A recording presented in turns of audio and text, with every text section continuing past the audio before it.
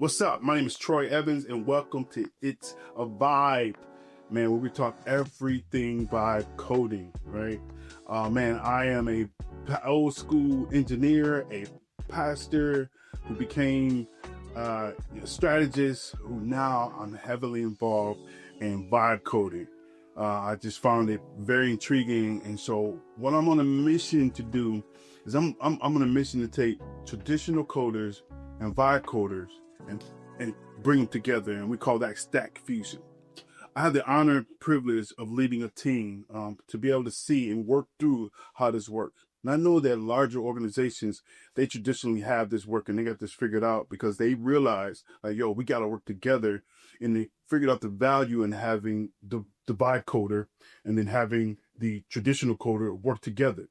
They figure that out. But it seems to me, as I talk to smaller organizations, I talk to people at startups and people that just getting started, you got these coders over here and they're turning against the wall, and you got the vibe coders and they turn it opposite when they're not realizing, like, if they could just stop for a moment and honor indigenous wisdom, that we can work together. And then that's what we call stack fusion, right? And I want to talk today just a little bit about what it is to be a vibe coder and what that looks like, and then how do we step into this world?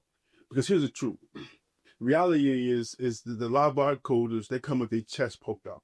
I'm gonna tell you just like that. They come with their chest poked out and forgetting, like, yo, bro, you're entering into somebody else's space. Well, these cats have spent years to really understand, like, how this actually works on the back end, right? And then you're coming in and you come in like, oh, I could do this bigger, better, and faster. So I'm about to go ahead and we're about to be a part of a hackathon next week, actually. And me and my daughter, we're going in, we're vibe coding our way through. So they have these two lanes. They have the traditional lane, and they have the vibe coder lane. And you compete, and you're not competing against each other because it's unfair, because the traditional coder is just, it's just something different. But then the vibe coder can get it done a lot faster, but they're gonna have bugs, right? And but I'm reminded of why it is that I do what we do. And what we have is, I have a team of 5 engineers, and it's myself and literally a 10-year-old. And now my daughter, she's joining us as one of the vibe coders. So we have a team of vibe coders and then a team of traditional engineers. We figured out a system, a way to work. So I'm just taking a few series or whatever you want to call it to just talk about it and say, what is our process? And we call this process stack fusion, where you take these two worlds and you bring them together and you build a full stack from end to end. And you take the best of both worlds and you bring them together to make something happen. All right, because make something happen, but I'm gonna go right into it. So many years ago, many years ago, yo, I was certified in Novell and um, Microsoft and Dell and Hewlett Packard and many other things, and I was a network engineer. I worked my way up, but I was never really great at being a network engineer person. So I had to pick up some other skills. My other skills I picked up was strategic planning, and then and then developing team leadership, leading groups of people. But I remember part of the process. I forget which one, but one of the certifications, it was a process, and I believe it was Microsoft. I don't know, but it was one of these processes. And I want to share it with you that I believe is very relevant, in particular for vibe coders. And this is something that I need all my vibe coders to lean in. What happens with the vibe coder is that we would traditionally go in, and because we have an idea and we can go quick to market, we'll dive in and we have an idea, we'll write something down, we prompt it for a second, and then we go ahead and we toss it in, and we just, voila, here it goes. Well, the problem is that when you want to take it to market, when you want to scale it, or you're thinking about scaling, the problem is that when you want to move it where it needs to go, or make this thing, it becomes bigger than what you originally thought it would be. What happens when that happens? What happens when you got 5,000 followers or 5,000 users on your platform, and you only planned it, when you were like I am in the bed looking up at a fan, and there's really not a lot of thought put behind it. So I want to give you just a brief system that I've been using for years as a tech. And then I also use it as a consultant, as I help people to strategize. Really, it doesn't matter what it is, but in this case, we're talking about where we could take traditional vibe coders, taking vibe coders, where we could take vibe coders and we could take traditional coders and say, how do we create a system that keeps both worlds working together and working in unison? This process is people, process, then implementation. People, process, then implementation. People. At the end of the day, without, man, you can have the right bus, you can have the right wheels, you can have the right engine, you can have the right everything, but without people, that bus ain't going nowhere. It's not going nowhere. Not going to be able to go down the right direction. So this is something that I want to offer to both vibe coders and traditional coders. And I've said this for traditional coders because typically traditional coders are in the dark. And what they have to do is that they have to be in the dark. So therefore, when they come out of there, they're really not, I'm generalizing here, but really not people, right? It's just like, no, I need to get my work done. I'm going to get it done and you'll get it right. But in this case, in this new era, we have to be thinking about people. So how do we get this people thing right? And here's a tool that you can use to make sure you're selecting the right people and you're keeping the right people on the right bus. Okay. First thing is character. Character. I know it's like, well, what does this matter? We're making software. Character matters. Character matters. Are you a person of your word? Are you a person that's going to do whatever is necessary to do what it is you say you're going to do, right? So we have an acronym. It's called FAT, and this is just a generalizing character, but this may help you go in the right direction. It is: are you faithful?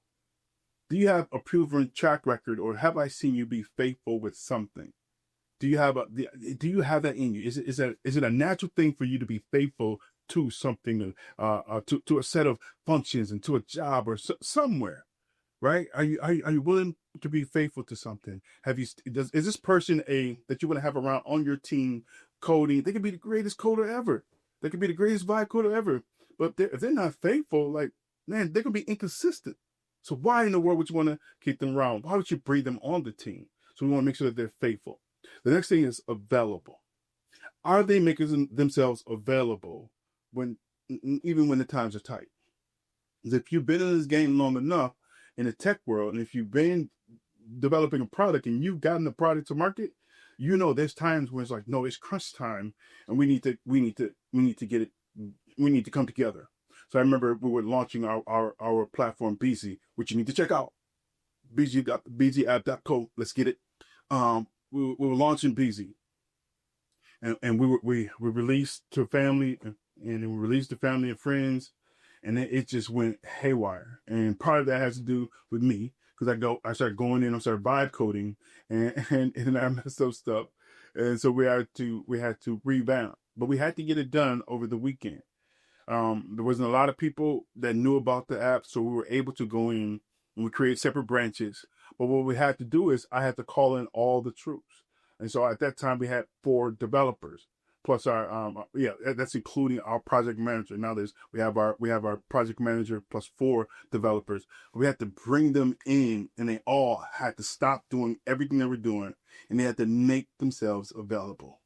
My question is that when it comes to people working together, both these worlds, you gotta get people, and you gotta ask the question like, is this person willing to drop when it's necessary? Can't do it all the time, but when it's necessary, to drop everything and make themselves available. Are they willing when it counts? Are they available, or are they only available when it's convenient? That's important. Teachable. I'm on such a learning curve. So I work with people from different parts of I work with people from different parts of the world, and so some of my people are from Nigeria, some of my people are from Uganda, and people in America. And so I'm just dealing with India. So I'm dealing with, I got some stuff going on, right? And I'm dealing, and one of the things is the in the African culture, elders matter. And I wish we get some of that back here in America, but elders matter. Your words matter. Your words, I mean, when I talk, they're quiet. And not just because I'm their boss or whatever. It is because out of honor and respect. And I have to stop talking so that they will start to talk. It's just mind blowing. And so with that comes this place where these guys, my youngest developer is 24, the oldest is 34.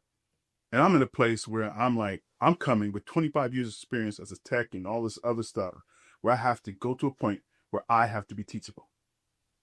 Right? I show up to any organization, I'm coming there for one reason, and that's because they want me to give answers.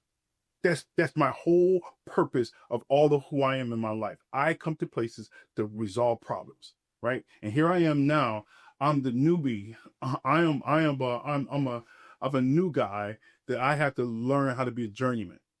I have to learn to be teachable, right? And if you're that person and you've been leading long enough, you know what I'm talking about. That you have to rewire yourself to relearn, like, okay, this is what it means to be teachable. Now, I have mentors, I have coaches, I have younger, older. I'm around a lot of young people. I listen to them all the time. I hear what they have to say, and I ask them questions. I'm talking about when you truly, you don't have a clue, right? And vibe coders, we don't have a clue, right?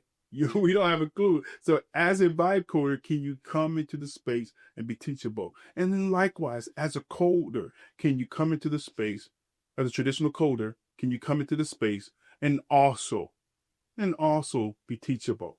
Can you say, I'm willing to learn? One of the fascinating things our lead guy, he said to me, it was humbling, but let me know where his heart was. He said to me, and this guy's released major projects, right? Major projects. He's still working on major projects. He said to me, he said, we got to learn your way.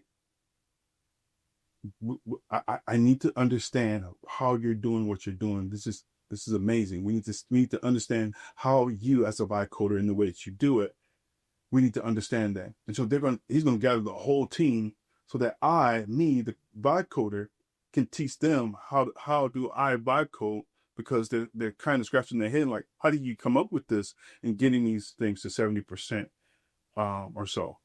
So we got to find people that are faithful, available, and teachable. Next one is competency. This one is really simple. Can you do the work?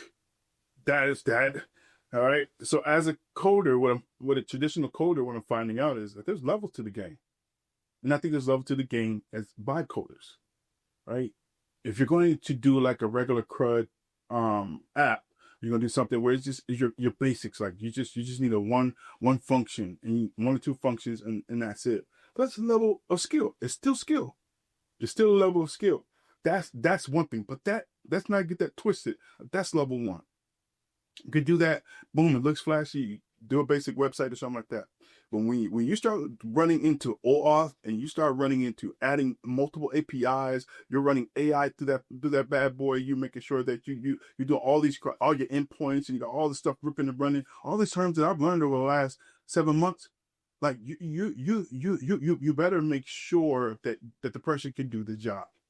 Right. And what you do is, this is from a person that's hired and fired a lot of people. You look at the resume, but then the skills, and you start asking questions. Ask questions about their past behaviors. Ask questions about their past, of how they handle, particularly how they handle these particular problems. If you're going to start working with the person, so what you want to do is you want to make sure people have the right competency.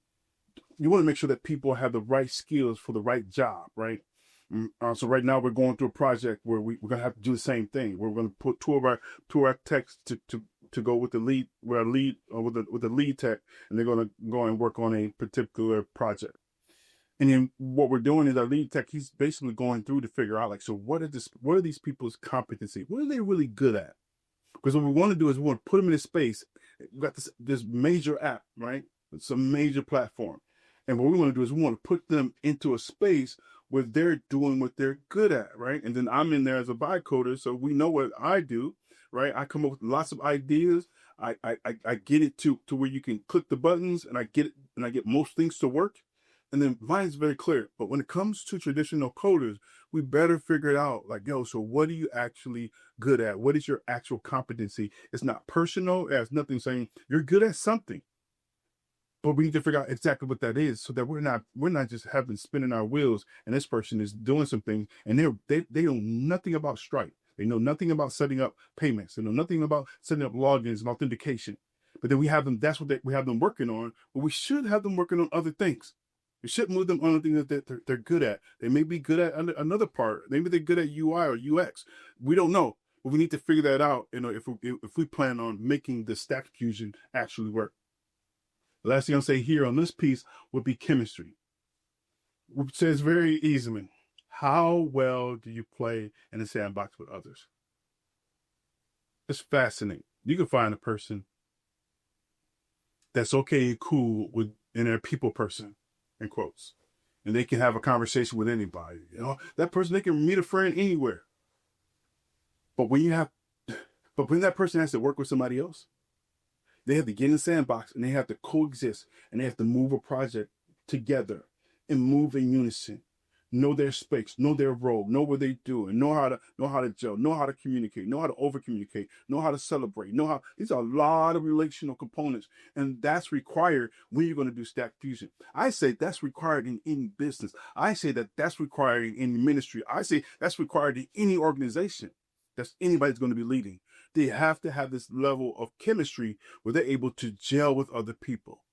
They even as introvert, I'm an extreme introvert. I like my people and I like to be inside. I like to do what I do. But then I have to figure out a system. I figure out a system and sometimes it's over the top. Well, I say most of the time it's over the top. But either it's that or I isolate. I'll be by myself, me and my phone and me, right? Or I figure out a system and I come outside of my shell and I start to work with others.